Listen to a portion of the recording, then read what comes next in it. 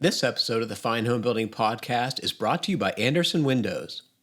If you're a window installer, you deserve a simple choice: Andersen 400 Series windows. They're the windows contractors trust the most, based on a 2022 survey of U.S. contractors. Probably because they have fewer callbacks and extra peace of mind. And thanks to shortened lead times, they're available faster.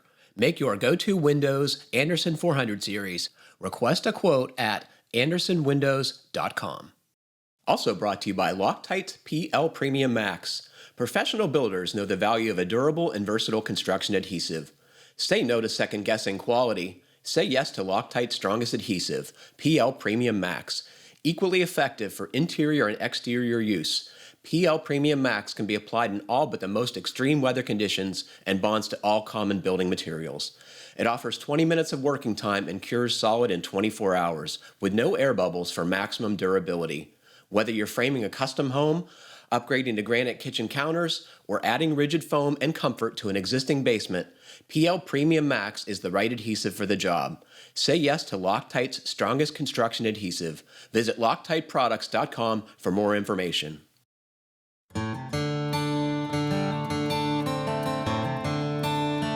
In both cases, nothing too complex.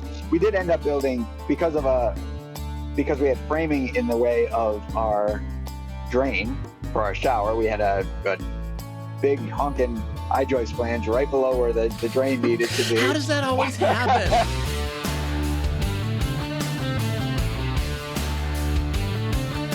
Welcome to the Fine Homebuilding podcast, a weekly discussion of building, remodeling, and design topics aimed at anybody who cares deeply about the craft and science of working on houses. This is Senior Editor Patrick McComb. Today I'm joined by former Fine Homebuilding Editorial Director Brian Pontalillo. Hey everyone, morning. Operations Manager for TDS Custom Construction, Ian Schwant. Hello everyone. And our producer, Jeff Rose. Hi there. Please email your questions to fhbpodcast@taunton.com. You can find previous podcasts and check out the show notes at finehomebuilding.com/podcast. Guys, it is so great to see you this morning. Thanks for being on the show. Yeah, definitely. Brian, thank you for being here. I'm sure folks have been dying to know how your house project is going, and I heard from a couple listeners of the show that they missed your ongoing presence on it, so it is a pleasure to have you here. Oh, well, thank you. That's really nice to hear. I'm glad to be back. As I said before we hit the record button, this had become one of my favorite parts of the job at Fine Homebuilding in my last few years there. So I was thrilled to get the invitation to come back. How is your place coming along? Where are you at? I'm not too superstitious, but I'm feeling like I should be knocking on wood or doing something before I say this. It's going remarkably well. We're ahead of schedule.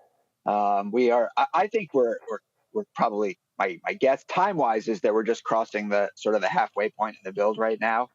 So we're having an insulation inspection today, and drywall starts on Monday. Outside we have, so that's sort of where we're at with the interior. Outside we have, we're pretty much ready for siding and our 3 small decks. So roof is done. We have some roof trim to wrap up.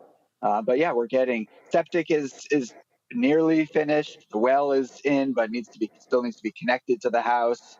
So we're kind of right there in that halfway point, I think. So we should tell folks that during the after show, we're going to talk more about Brian's current project, and Ian certainly is going to have some thoughts on being an owner-builder, I'm sure, and it's something I've done too. So you'll definitely want to stick around for that because I think it'll be a great discussion. Ian, what have you been up to? Went out to Portland, Oregon, and Seattle, Washington last weekend. My wife had a conference out there, and I had never been out there, so went out there for the weekend and saw some pretty cool tall Douglas firs and drove out to the ocean and went around the 2 cities and saw some sights. But the one thing that I wanted to bring back to the podcast was at the Portland airport. They had a large section of the drywall ceiling opened, and I saw that they had hung all of the drywall off of grid. So it's like ceiling tile grid, but it hangs down over mechanicals and you can screw your drywall to it. And it made me think of a few of our recent listeners who had emailed in looking for better options for finishing their basement ceilings. And I immediately thought of those listeners when I saw that open ceiling. The product I'm familiar with is appropriately enough called the drywall suspension system by USG. I don't know if there are others, but it's something that's always interested me. I've learned it's kind of expensive, and it's probably why you see it in airports and not too much in residential work. Yeah, and I wonder if you could get a small enough quantity of it to make it worthwhile to put in your basement. But that doesn't mean that you couldn't DIY your own version of that using some other material, I suppose. And I guess the big advantage is it's sound attenuating, right? And allows you to go over, mechanicals that are in the way without framing stuff down or, Right. yeah. How would that So, help yeah. the folks who have basement finishing problems in our world? Well, often the challenge with finishing a basement and ceilings and flooring is our height issues, right? Yeah. So the idea of dropping the ceiling to cover mechanicals and give you a chase is wonderful, except that if you're already constrained for height, you're just lowering things more. I mean, that was so often those were questions at both Fine Homebuilding and Green Building Advisor, especially people who wanted to insulate their floor, but they had 7-foot ceilings in their basement. They didn't want to give Yeah. up 2 inches for rigid foam. Yeah, so I mean, it's helpful if you have the head height. It's that kind of thing could be great. I would love if anyone out there is used this product or has a project coming up to talk to you about it, because I've always said it would be a good feature for Fine Homebuilding to at least know this is out there and the things that it's useful for. Jeff, what have you been doing? Again, not a whole lot. Had my sister and brother-in-law were visiting over the weekend, so It's nice. didn't do anything to the house or anything. Just clean. Do you want to tell folks about your trip north for Fine Woodworking this coming week? I think there's probably some overlap in our respective audiences. Yeah, well, going to Connecticut Valley School of Woodworking to shoot a video with Bob Van Dyke for the next online learning class. It's going to be Dovetail Boot Camp. So I mean, that it's should got be a exciting. fantastic name. And, Does that appeal to you, Brian or Ian? You going to go to Dovetail Boot Camp? It reminds me No. of. Oh, go ahead, Ian. No, I don't think I'll go to Dovetail Boot Camp. I've done enough of that work to know that it's really a matter of just standing at the bench and continuing to practice and having sharp tools. But It sounds like boot camp, right? You just get up every day and work on whatever it is you're trying to learn, right? yeah, Well, I remember a few years back going into the Fine Woodworking shop over the course of a couple of days, and I can't remember which editor it was, but one of the editors back there, and he's just cutting repetitive dovetails. And at first I thought he was building something, and then I realized I think I asked him, like, "What are you building? And what do you need all these dovetails for?" And he was just practicing. So he cut thousands of dovetails over the course of a week just to refine his ability to cut dovetails, not only accurately but quickly. Well, to each his own. Boy, I tell you what, our topic of conversation with regard to hygric buoyancy has created a swell of emails here. This comes from our friend Doug Horgan. He says, here's the Steebrook article on moisture accumulation at the top of foam attics. The reason humid air is less dense is that water molecules weigh less than nitrogen and oxygen molecules, which make up most of the atmosphere. Each molecule takes up the same space in the gas at a given temperature and pressure, and the more of these lighter water molecules there are, the lighter the air. He included a link to this article, and I'll put that on the podcast page for those of you who are interested in this topic and how it relates to why your attic might be moist. We heard more from our friend James from Meta. Hey, podcast crew, to keep the controversy going, yes, moist air is more buoyant than dry air. When Steven wrote in and claiming to debunk hygric buoyancy, he missed a couple important things. The molecular mass of water vapor is much lower than the bulk of the other gases in our atmosphere. Nitrogen weighs 28.2 grams per mole. Is that right? Do I have my measurements right, you think, guys? You guys don't know. Molecule? I don't know. CO2 weighs 32 grams. H2 only weighs 18. Those psychometric charts show humidity increasing pressure because they're keeping the volume of dry air constant while adding more water vapor. That's a pretty straightforward application of the ideal gas law. PV equals nRT, so P goes up when you increase in N, keeping RT and V constant. Of course that's true. Also, he added some snark about how the oceans and lakes would be above us if hygric buoyancy was a real effect. But that's what clouds are. Maybe Stephen has been spending too much time in the Southwest and forgot that those of us in more temperate climates frequently have these funny masses of water vapor floating way above us. He says, I'll also add the idea that moist air is denser is an extremely common misconception. Back when I was a freshman physics major, my professor called me out for being the only student to answer the hygric buoyancy question on our exam correctly. And to toss in a bit more physics, gas pressure and gas buoyancy are separate measures. In order for a hot air balloon to stay inflated, the gas pressure inside the balloon needs to be as high or higher than the air surrounding it. Despite having greater pressure than the surrounding air, the balloon still floats because the gas inside is less dense. Oh man, I love the smart people that listen to this show. I can't imagine what they get out of it. Who knew the hornet's nest that we kicked over talking about hygric buoyancy? Brian, have you heard of this phenomena? Well, I have. I don't understand the science, obviously, the way that reader who wrote that letter does, but I'm aware of it because I've had to, for articles that I've worked on, I've had to look into vapor diffusion ports. And this is why vapor diffusion ports work on roofs and why they're accepted by the building codes now. Because that is, I don't know if you've talked about this on the podcast, but that is essentially putting a place at the ridge of your roof. It actually doesn't look all that different from a ridge vent, but it's a place because of hygric buoyancy, it's a place for vapor to escape the roof assembly, and you put it high on the roof. It's fascinating. I'm guessing you might have been working at GBA when this paper was first published from Dr. Steebrook. Do you remember this? I do. I remember the illustrations, and I remember a description of. Interestingly, I remember not only a description of the sort of vapor rising, but also that it kind of bounces around, if I remember correctly. Ping pong moisture is the phenomenon. Yes. Yeah. Cool stuff. It is, and that was a really great letter, and I love that example of the clouds, the clouds and the balloon, because that kind of made the science sort of clear for me. Thanks everyone who wrote in on this subject. I can tell you that there's more to come. This comes from Roger. Thinking about the west basement bunker, it appears the moisture is coming in from outside, since he says that the moisture is under the rubber mats.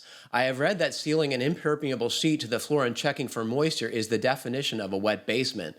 Since he says that he has worked at fixing the groundwater intrusion problems, I would hope that he has proper slopes away from the house, gutter downspouts, and exterior drainage in good shape. Since there is still plenty of moisture under this slab, either more needs to be done, or if possible, it's possible he's dealing with a high water table. If the house is on enough of a side hill to have a walkout basement, it could be possible to add more drainage to the front side of the house, or even some passive drainage underneath the slab that could go to daylight. It might also be possible to add a sump pump with an airtight lid that would relieve the hydraulic pressure from under the slab. It just seems that covering the floor with a moisture or vapor barrier with no place for the water to go after coming through the slab is just asking for future problems. The best thing we did doing an addition to our house over 30 years ago was to put a drain tile on the uphill side of the whole house as low on the foundation as we could, and also put the gutters into a buried line. Completely solved our problems at a very low cost. Thanks for a great show, Roger at Louisville, Nebraska. So I want to jump in here quickly, and then I'll let you guys take it over. So here's what he says. It just seems that covering the floor with a moisture or vapor barrier with no place for the water to go after coming to the slab is asking for future problems. But the thing is, if you can actually create a vapor barrier, the water stops coming. And this is a common problem for folks in the weatherization business with houses, working on houses with crawl spaces without concrete slabs or some means of vapor control. So they put plastic down on the soil. And what they tell folks who do this work is to do black plastic so your clients don't worry about seeing the accumulation of droplets of water on the backside, which is not a problem. I think you solved it, Patrick. Black plastic. That's it. I've never heard that one before. That's good. What do you guys think about, of course, dealing with surface water is important. And of course, a sump pump, if you could, lower the water table, that might help too. But it seems unnecessary to me. You just need to keep that water from moving through the slab constantly, right? It's a drive. You're stopping the drive. You're parking the drive. I think that's right. If you have water, like if you have liquid water getting into your basement, you have to think about that differently. But if you have a slab that's getting wet and the rising damp, right? That's what it's called as the moisture moves up through the concrete. If that's all it is, then yeah, if you can create a vapor barrier on top of the slab, problem solved. And one of the things that I think there's a lot of confusion about this. And not that it's not nice to have dry concrete, but concrete doesn't need to dry. It doesn't care. They make dams out of concrete. Yes, it can stay wet. It can stay wet for the whole life of the house. And if that moisture is not creating a problem inside your house, then just work on a moisture vapor barrier above the concrete and let it be wet. It's a great question, and as you suggest, it's a popular misunderstanding. I meant to mention in the original discussion of this that I've heard building scientists suggest latex paint directly on your concrete, and it's a pretty good retarder, not a barrier. And the advantage there is if you try and do a vapor barrier coating, the vapor pressure will often push it off the concrete surface, so then it fails. Which was an issue with the epoxy that one of the writers had suggested for this type of an application. Yeah, I think Roger, go ahead. It's not ideal, of course, right? The ideal is to manage water and moisture from the outside, but often on existing houses, it's your only choice. Way less expensive, right?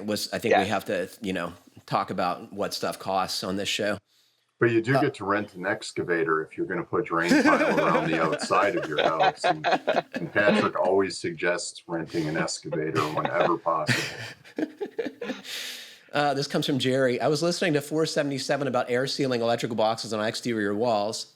We've used a product I've heard called putty pads. They're 8x8 fire blocking pads, kind of like a sheet of sticky Play-Doh. They can be formed around the back of an outlet and used to seal the gaps. I think 3M makes them, and last we bought them, you can get 20 for around $100. Jerry included a link to Amazon where you can buy these things. It seems like a great solution. Brian, have you heard about these things in your building science? No, I hadn't either. I've seen them in commercial settings before, and then also seen electricians take them off during demo and make little like claymation statues out of a bunch of putty pads. Is that what you call these things? In the commercial world too, putty pads. That's what I've heard them called. Yeah. Is it like silly putty? It's really malleable, from what I remember. The stuff that I always saw on the jobs I was at was just like a black putty, and it was really easy to move around and shape and push into corners and fold around the boxes. It's a great suggestion, Jerry. Seems perfect, right? It solved all the problems of other methods we pointed out. Brian, what are you doing to seal your electrical penetrations and boxes? You're using an exterior air barrier, so you need any outside electrical boxes, either for fixtures or receptacles, to be well air sealed. What's your plan? Yeah, I didn't think too hard about it. I used a combination of tapes and spray foam, just where each seemed like it was the easiest thing to do, and I was going to be able to do the best job with it. So for example, if there was a penetration that was right in the center of a stud bay, and I could tape it, then, tape it neatly, then I would use tape. And if it was sort of like pushed up hard against a framing member and I couldn't get in there well, then I used spray foam. One of the things that always strikes me about high performance building is the things that make a high performance build oftentimes are nobody's job. There's no air sealing contractor on your project. This is not the electrician's problem, right?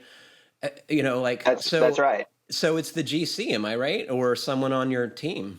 I think it often is, and I mean, you might have framing crews that get trained to do certain things over time because of the builders that they're working for, or different subs might get trained depending on who they're working with to do certain things. But I think that's largely it. There's got to be someone who's willing to look at everything and be there at the right time during the sequence to get that stuff done.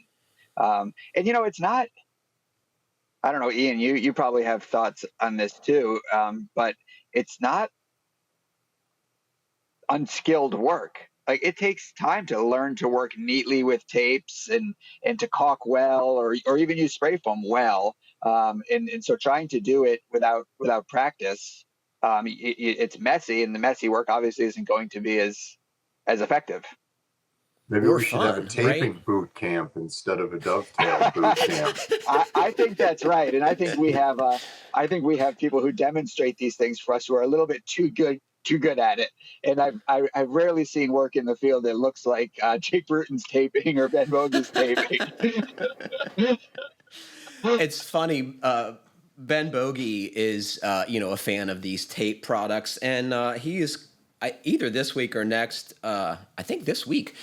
Touring around, I think it's, I don't know, somewhere in Northern Europe to visit a tape factory. And he said he was going to make this high-performance acrylic tape wallets for folks as giveaways, as a thank you for, showing him around. And he said, it's really hard because the tape is so sticky, it sticks to your fingers, and it does things you don't want to do because of that. And I was just like, yeah, I can imagine. How do you find that to be a problem? Is it frustrating?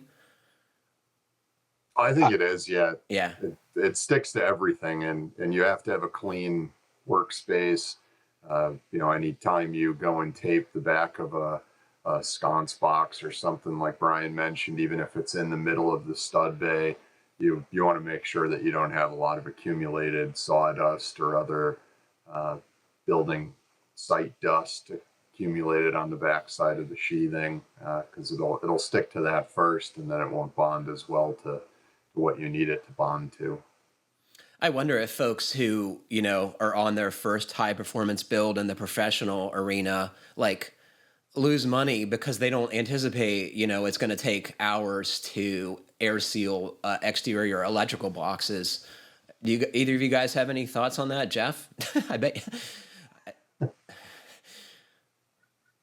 I know that when we were building our house, and I went out and bought my 4th case of zip tape at however many hundreds of dollars it was. Sarah was like, do we really need a whole case again? We have that much more to do. And I was like, I don't know. They just had a case. They just bought a case. Yeah, I was even paying more for the tape with backing on it because I found it easier to do a neat job when it had the backing than just rolling the tape out and trying to get it neat. Folks out there, if you have any tape horror stories, we'd love to have them. Did you use the flexible stretchy tape, Brian, or did you just use the standard tape? I did use the stretch tape. I used it very sparingly. I got one roll, and I used it in all the bottom corners of the windows and doors. That was it. Is it significantly more expensive, I'm guessing? It is. Yeah. Oh yeah, he says. Yeah.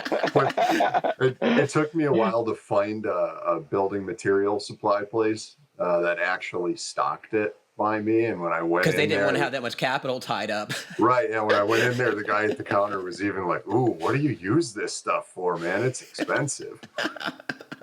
Well, a friend had given who knew we were starting a project had given as a thank you Amy a Lowe's gift card, and I think I would have thought twice about it if I didn't have that gift card in my hands. Oh, that is fantastic. Our first question comes from Matt. Hello, FHB. I'm a longtime listener and subscriber that has spent 21 years remodeling a vintage Marshfield mobile home in Wisconsin. It may date to 1968. I'm contemplating retirement and maybe spending more time there in colder weather. This potentially motivated me to crawl under the trailer and finish the tear out that 50 plus years hadn't completed. I started the work in mid-April when the trailer was still relatively cold compared to the ground. Consequently, the R19 mineral wool and fiberglass insulation developed condensation. I placed 2 inches of foamular over several areas at the time, but the majority was left open until I returned in mid-June. I had to tear out one section of the foamular as it proved unable to support my trailer leveling effort. Do you think he was jacking on that? I think so. The mineral wool underneath was wet to the point that I checked the roof for leaks. There were no leaks. I made an effort to friction fit the foamular as tight as possible and match factory edges whenever possible. That said, I'll use a combination of tape and spray foam to further reduce the airflow this fall. The 2x6 floor joists were in relatively good shape except for one corner that I have now reinforced with pressure-treated 2x6s. I have 2 questions. 1, the vapor drive the vapor drive should be from hot to cold, similar to how condensation accumulates on a cold beer. The cabin will be partially heated in the winter from a gas stove. The gas forced air system was removed several years ago during a remodel, so the crawl space is unconditioned. Should the 2 inches of foamular, R19 bats, and gas stove be enough to keep condensation away from the floor joists? All right, let's take these one at a time. So what's the issue? What's the mechanism here that Matt is dealing with when he opened up his floor system in the spring? What do you mean by mechanism? What's going on? Why was his floor soaking wet? He doesn't have an air barrier, right? He doesn't have an air barrier on the bottom of his trailer. So, the exterior air is condensing on the first surface it gets to, which is his floor system. And of course, that water is going to stay in there, not go anywhere because he's probably got floor covering on the other side, right? Right. And then this type of a trailer probably has some kind of skirt around the outside of it, which isn't going to be airtight either. So he's getting air from all sides and all ends of his trailer. So you think that's sucking it right through the apron to under the... Yeah, and it's moving through the soil. Trailer. I'm positive, or I'm gonna bet that there's no vapor barrier on the soil, right? So it's moving through the ground too, as we were talking about earlier. So I think he needs an air barrier on the bottom side of this trailer. 2 inches of foam seems perfect. It's gonna help with thermal bridging, and is relatively thin cavity insulation, and it's gonna work great. You're gonna need some tape. I bet Matt will be one of our first participants at, air sealing tape boot camp. One of the things I wasn't sure about in his question was where he's putting that rigid foam, because he mentioned... I think on the bottom side of the joist, at least I hope so, right? Well, he mentioned friction fitting it, and that's what confused me. Because if it was on the bottom side of the joist, it wouldn't be between things, and he would be fastening it somehow to the joist. That's a good point. If he's putting it up in the joist against the bottom of the floor, I would think that would be the wrong place for it. I would think he would want to fill that cavity with the fiberglass first and then put the rigid foam on the bottom of the joist so that can be his air barrier. He can tape and foam those joints. And then he's got plenty of insulation to keep things warm above it. And he's got a good air barrier. Yep. It sounds like that's what he had, right? And you talked about pulling the wet mineral wool out. So it sounds like he had mineral wool in those cavities. And then you said he's replaced the foam over several years. So he must have had some kind of a foam insulation sheathing that he's been chipping away at replacing. That's how I read it. Matt, I'm going to say that if you get your 2 inches of foam and put it on the bottom side of the joist and tape it and foam the perimeter or tape the perimeter to make a continuous air barrier, this assembly will work fine. I think the perimeter is a really important spot that it's not going to be clear cut how to do it properly and how to do it well, but it might just be a can of spray foam around the perimeter to seal that sheet. His second question is, the old particle board flooring was reinforced with 3/4 inch TNG plywood several years ago. Over this is 3/8 inch thick engineered flooring that has a coated backside and in theory doesn't need a moisture barrier underlayment. How concerned should I be about trapped condensation from the mid-April/mid-May re-insulation project once the foamular joints are taped and foamed? The main drying should be through the floor, not the foamular. Yeah. I don't know. Maybe you run an air conditioner or something, Matt. I can't imagine the floor is completely airtight. You'll get some drying if you make some effort to dehumidify the space. It'll keep moving until it's dried out. He concludes, my family, friends, and relatives all think I'm crazy for putting this much time and money into a mobile home. It's proven to be good therapy, and the FHB crew has accompanied me on many a project. Thank you for the companionship. Happy Thursday, Matt. Oh, that's nice to hear, Matt. Thank you. I love that we can amuse people while they're doing horrible work under the, what is a pretty gross work project there, underside of a trailer. I lived in a trailer. I know it's pretty gross under there. These trailers are really common in a lot of parts of the Midwest. People have them on small plots of land or in developments around lakes, and they use them as like a weekend getaway cabin. I'm sure Matt's not the only one fixing one of these up. This thing has probably decades beyond its design lifespan and is still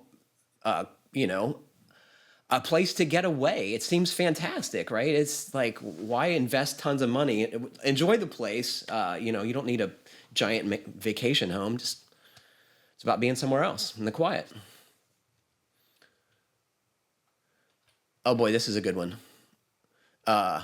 This comes from Kevin, Hayden, Idaho / Pender Island, British Columbia. Hayden answers our question, do you really have to take a test to be an owner builder in British Columbia? This came up in another question in a past episode. And he writes in, hey, Patrick, today while catching up on podcast 471, I heard you read a letter from Brent in Victoria, British Columbia, and it prompted comments about having to pass a test to build your own home. Yes, to get a building permit anywhere in British Columbia to build your own home, you have to take the owner builder's exam and pass it. There's 100 multiple choice questions in 100 minutes. I've been involved in construction, every phase there is, for 50 years, and I just took the test a few weeks ago and passed. They don't tell you how you do, just pass or fail. Oh, to pass, you need 70%. Other twist is the test is in metric, even though most, if not all, Canadian building products are still in feet and inches. That's funny. 30% of the test deals with owner-builder regulations, so construction experience doesn't help much. Many of the other questions are, choose the best answer. I hate those type of tests. When I finished, I truly believed it could go either way. Once you build your house, you have to wait 12 months before selling and 18 months after occupancy before applying to build another. After the second build, you must wait 3 years to apply for another building permit, and 5 years is the person has been issued 3 or more previous authorizations. Another twist is after construction, if you sell the home, you have to warranty the home 2 years for finish and mechanical systems, 5 years for building envelope, 10 years for structure. Obviously, this helps protect a purchaser from being ripped off. Hope this explanation helps you understand the hoops we have to jump through. Keep up the great work on the podcast and magazine, and enjoy the rest of your summer. Kevin. Brian, could you pass a test to build your house? After 20 years as journalist covering this industry and in some time in construction, I hope so, but I don't know. I probably had 100 questions for the building inspector. So if those were the 100 questions, I'd be a big failure. What do you think about this, Ian? Is this fair? Is this reasonable? It obviously protects purchasers down the line to some degree. I think the part that we're missing is that this probably exists to drive someone to become a contractor. If you're actually going to try and build homes to sell them, they probably want you within their larger regulatory system over contractors. That was what jumped out at me, is they want to discourage somebody from doing this as a side hustle. Yeah. That's what I took away too, Ian, especially from them limiting the number of projects and the amount of time. between projects. I thought of, like, I hope that their tests for professional builders are strenuous, right? as strenuous. Yeah, because what we see in so many places in the U.S. is that, and just the owner builder projects that we've seen at the magazine and at GBA over the years are typically really great builds.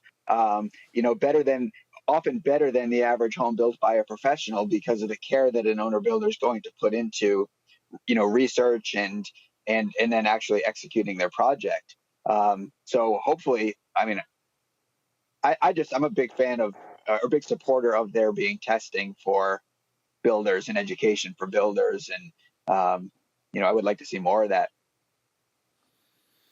I'm curious if folks who listen to the show have taken this test, and if they could share some of the questions on it that you think were challenging. I would love to hear about your experience passing this or taking it.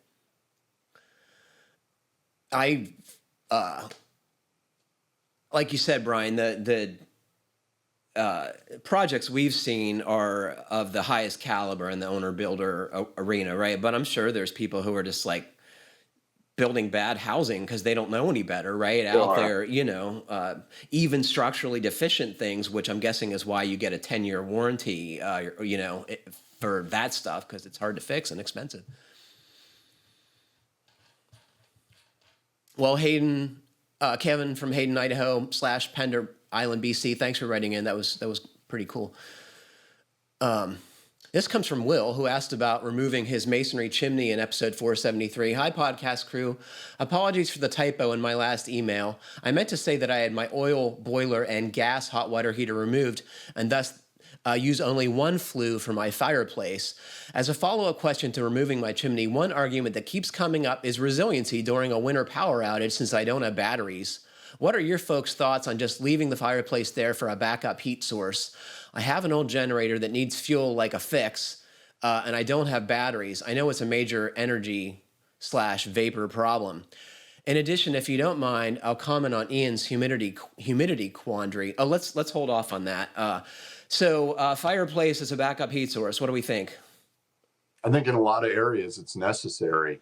I think in certain places in this country, there are really antiquated electrical grids that don't take a lot of storm damage to put them down for an extended period of time. And you need that extra heat source in the winter in some areas. So if Will's in one of those areas, I think it's a great idea. Brian, you're going to say something different, I bet. No, I whether or not a fireplace, an old fireplace, problematic, maybe leaky kind of fireplace, is the right solution, I don't know. But I do agree with Ian that, like, in certain places, and in certain homes, not many, we've all heard the stories of the high performance homes where the power goes out and the house never drops below 50 degrees, and the people are able to weather long power outages. But that's not the average home. The average home, power goes out in cold temperatures and the house is freezing, pipes freeze and burst, and they're uninhabitable. So I wouldn't. I would definitely consider it as a viable option if that's what this homeowner already has. So I've read on GBA, I think you would agree, both of you, is a pretty reliable source of information, that a fireplace actually consumes more energy than it gives off, right? And because of air infiltration, it is sucking such huge quantities of air up the chimney that it's actually bringing more cold air than it would come in otherwise, and making your house colder than it would be if you weren't burning the fireplace. So I think a better solution might be, a propane, what we called in Vermont a monitor heater, a unit heater that's direct vent. Many of them will run without any electricity at all. They have piezo or battery ignition, and you can put them on a thermostat to come on and off. And there are folks in Vermont who live off grid or who live in, modest homes, use these as an exclusive heating source, probably in combination with cords of wood.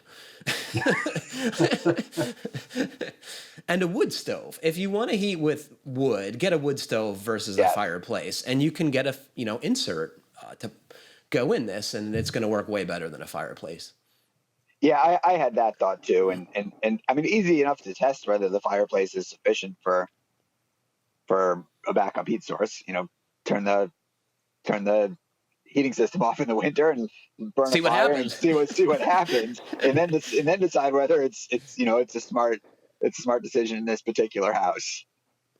Somebody pointed out to me recently that like indoor air quality is like seldom thought about, right? It's like, because you can't see bad air. You see water leaking in, you see other building problems, right? But fireplaces are notorious for backdrafting, and that can't be good for you, right? Yeah, like I said, my answer was simply is this a viable backup heat source for hopefully a power outage that hopefully doesn't happen. Certainly other than that, it's a different question. Mm-hmm. Should I consider using this fireplace to heat my house or supplement the heat in my house? That's a different question than the potential of just using what's there as a backup heat source. Also, thinking back to Will's original question was about whether or not to remove the fireplace. So I think he's also considering whether or not the fireplace is viable to possibly put in a insert or use it to exhaust a gas stove would be another way to think of it.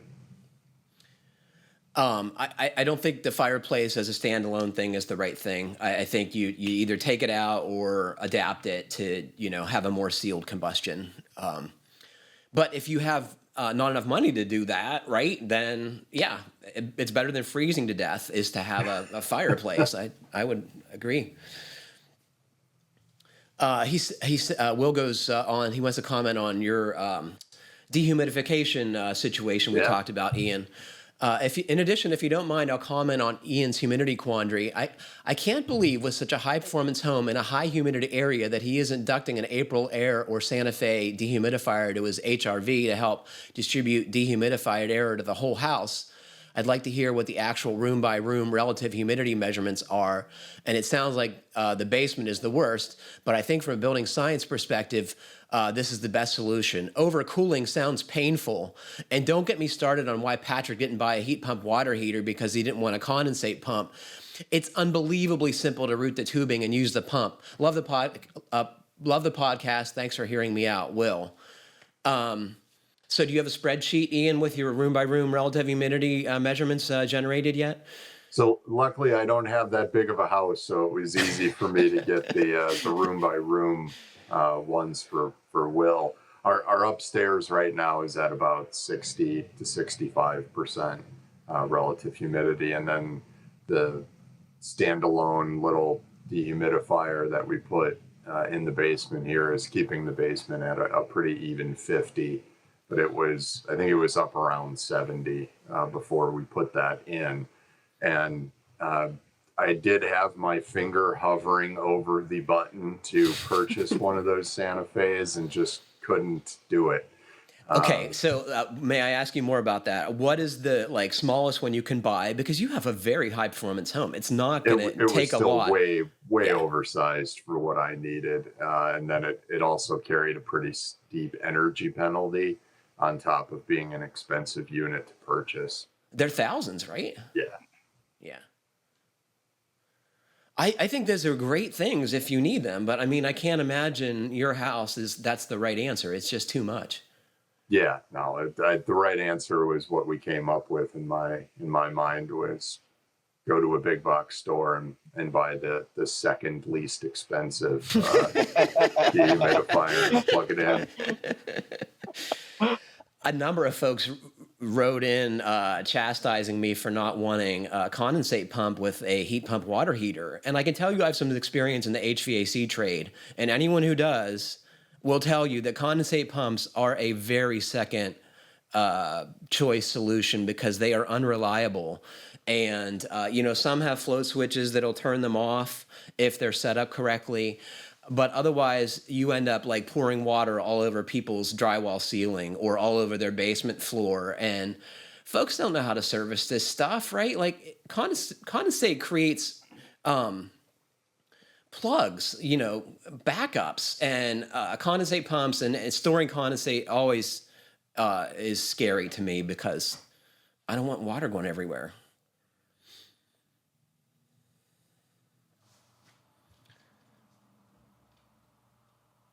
You guys still there? More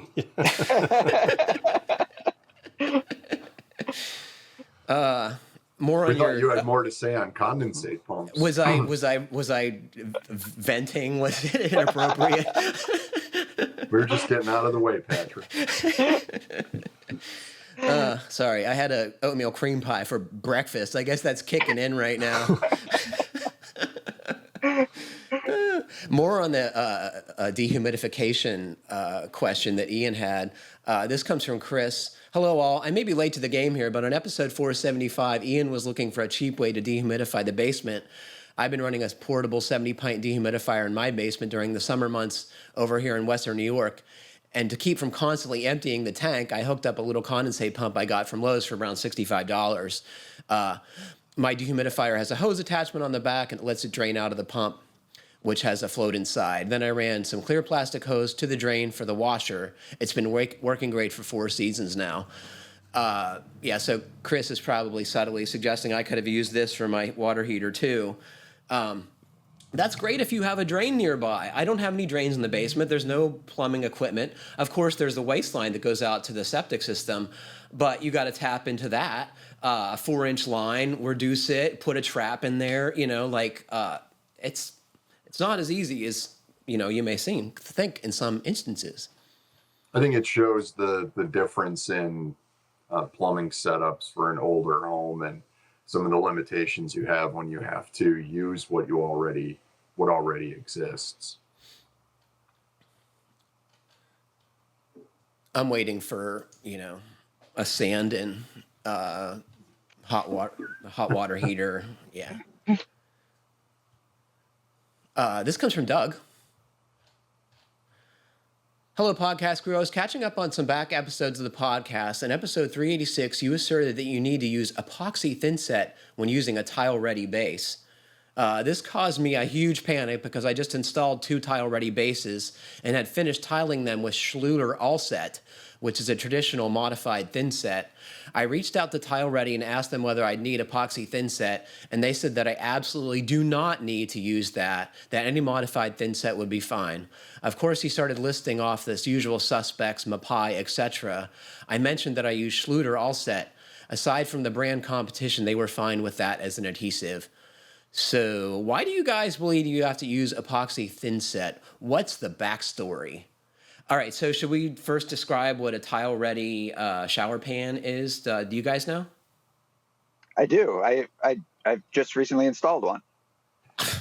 Well, do you want to tell folks what it is, Brian? Surprisingly, the plumbers were completely baffled by this product. They seem to have never seen one before in their lives. So I installed it, and I just, they ran they drilled for the Can drain. you describe what it is? Sure. It's just it's a plastic, there's a few different, there's different products from different companies. There's plastic, I believe there's fiberglass. Essentially it is a shower base that is one-piece shower base. The one that I got, for example, includes the curb and a centered drain, a hole for a centered drain, and then sort of a flange around all sides of it. And it's a base that's ready to be tiled. So you install it not all that differently than you would install sort of an acrylic shower base that was going to be your finished shower base, and then you would tile the walls. You would go up from there with tile backer board. A very similar install to that kind of thing. Except that this is a product that's ready to have tile applied on top of it. So thinset and tile right on top of it. It's waterproofing and your sloped shower all in one, right? It's all of that. And yeah, you just bring your backer board down and, well, you either fur out your studs to kind of pop the backer board over the lip, or I actually rabbeted the backer board so that it could just slide over the top of the flange and slip down to the bottom, and yeah, and that's it. And then you're ready to tile. How do you rabbet cement board? Angle grinder. It was very easy. It was actually very. It was actually very easy to do. Yes. Of course, you Did wore you a have to do any respirator. waterproofing connection then before you'll tile it from the? You don't have to do any waterproofing connection at the base because the lip is like 4 inches. So your backer board's coming down about 4 inches over the sides of this thing, so the water's not getting up and over that lip. So, what sizes did you put in, Brian? And do you know approximately like what other things are available from this Tile Redi company? They come in Tile Redi is a brand name, I believe, and they have their own products. I got ours from a company called KBRS, and I chose the product that we got for 2 reasons. One was because I believe the Tile Redi base, the backer board just comes down and sits on top of the edge of it, like similar to a tub, where you would just bring it down and you meet those, and then on a tub you have this small lip and you just kind of hang your tile over the edge, but they wanted you to flash that. So I liked this product where the backer board just actually came down over it. It just seemed like a more foolproof way to waterproof the wall and the base connection. But I'm sure that if you know what you're doing, I'm sure that they all work really well. I was basing my decision on my experience doing this, which is 0, and an ability to do it well. And this seemed like it increased my chances of doing it well. So they all sorts of sizes and shapes, rectangle, squares. Mine's a 48-inch square. Center drains, linear drains, pretty much any configuration you could want, you can find. You got any experience with this stuff, Ian? No, but that was why I had asked, Brian. I was used to seeing the ones that only have that short 1-inch lip on them. And so I was wondering if you had to do any waterproofing. It's interesting that somebody came up with that same style of base, but had the foresight to make a much taller flange on it. Yeah, so the flange is, like I said, it's like a full 4 inches tall, and it's really thin. It's not quite 1/8 of an inch. So like I said, you can fur your studs out, and then you can just bring your backer board straight down. I have one of the walls of the shower continues into the bathroom, and so I had to figure out a solution, because if I furred out the shower walls, I'd have to continue to fur out all those studs to keep the drywall in plane. So the rabbeting of the backer board was my solution to that. Couldn't you have just notched the studs that came in contact with that shower pan? I thought of that before I installed the studs, and it would have included the bottom plates too. And I have because of the way I built the walls, I have double bottom plate there. So, yeah, I would have had to think of it ahead of time, which I didn't. But yeah, I've seen that done, and I think Mike Gurdon actually once submitted it. I think it was Mike. I hope I'm correct about that, but submitted a tip to Fine Homebuilding about notching studs to slide tubs into place. Yeah. You ever done that, Ian? Notching to the studs to make that fit? Yeah. Yeah. In the production new home building world, I think it's a pretty common apprentice or young carpenter task to go back and notch the studs when it's forgotten during the build phase. Do you think it's an effort to make them hard of hearing for the rest of their career because you turn them loose with a multi-tool? I was lucky that one of the first people that I worked with impressed upon me the importance of hearing protection. So I was lucky. Well, Doug, I can tell you very conclusively where the perception that you needed to use epoxy thin set, and it came from me. Because in 2015, I was introduced to the actual Tile Redi product at the International Builder Show, and it reinforces the fact that anything you hear from me is suspect, because I've been doing this for so long. Things change from when I first learned about it to the present day. So that is one of the things that has changed with the instructions. Is I'm sure a lot of tile setters said, I do not want to use epoxy thin set. Can you test this with regular modified? Because epoxy can be a pain, especially in hot temperatures. You have very little working time, and Portland cement-based thin sets are very reliable. We've been using them for millennia. Romans invented this stuff, So there you go. I found the epoxy products are a hot button issue for tile installers. Oh, share. It seems like certain tile installers swear by it, and that's all they want to use. They only ever want to use epoxy grouts and epoxy thin sets, and then there's other tile setters that want nothing to do with it. So I'd be interested to hear from some of our listeners who are experienced tile setters and maybe explain if it's just a difference in material or if it's a difference in work habits, what makes one person love the epoxy products and another want nothing to do with them. Because we've actually gone to allowing our tile setters to spec their own thin sets and grouts. We'll just tell them the color and tell them what tile we're using and what the application is, and the rest is up to their work habits. Brian, are you going to tile your own shower, or is that being left to a subcontractor? That's a great question. Amy is going to tile our showers, and it's early on when we started the process, she said, I think maybe I'll do the tiling. Her brother's pretty experienced with tile, and I think she's looking forward to working with him on a project.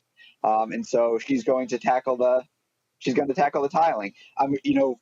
Fortunately, and not that Amy couldn't, this is not to say that Amy couldn't figure out a more complex project, but fortunately we have two very, pretty straightforward tile projects. The shower is a rectangle and the tub surround is, three walls in both cases, nothing too complex. We did end up building, because we had framing in the way of our drain for our shower, we had a big honking I-joist flange right below where the drain needed to be. How does that always happen? How does that always happen? Yeah, so we were trying to figure out a solution to that, and we ended up, we had to push the back wall of the shower forward, and we already had a window installed, and we would have pushed the back wall. We have a shower window. I know people will tell us what a bad idea that is, but I think it's the best worst idea in home design. So we're going for it. But anyway, the wall would have gotten in the way of the window and wouldn't have had enough space for the window to look right. So we came up with this idea. We built a wall at shelf height, and we just brought that forward. That pushed the tile base forward, and now all along the back wall of the shower, we will have this shelf. We were going to put a niche in for shampoo and soap and stuff, and now we'll have the shelf along the back of the shower. So that's one interesting element of the shower. But otherwise, three simple walls. I think that sometimes it's constraints, I think, force us into the best design, right? It's like you were forced to come up with a cool detail for your shower that's going to be able to store stuff on it, right? It's going to be super handy. Constraint is a nice way to say my mistake, but I appreciate it.